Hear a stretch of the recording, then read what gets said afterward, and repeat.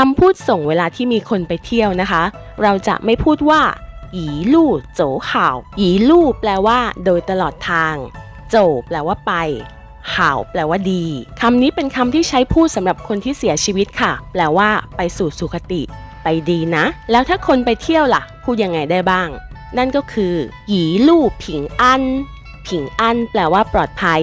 หยีลู่ผิงอันเดินทางโดยสวัสดิภาพหลี่ถูผิงอัน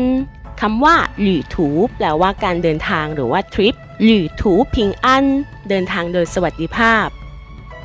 และหวาแต่คายซินเที่ยวให้สนุกนะ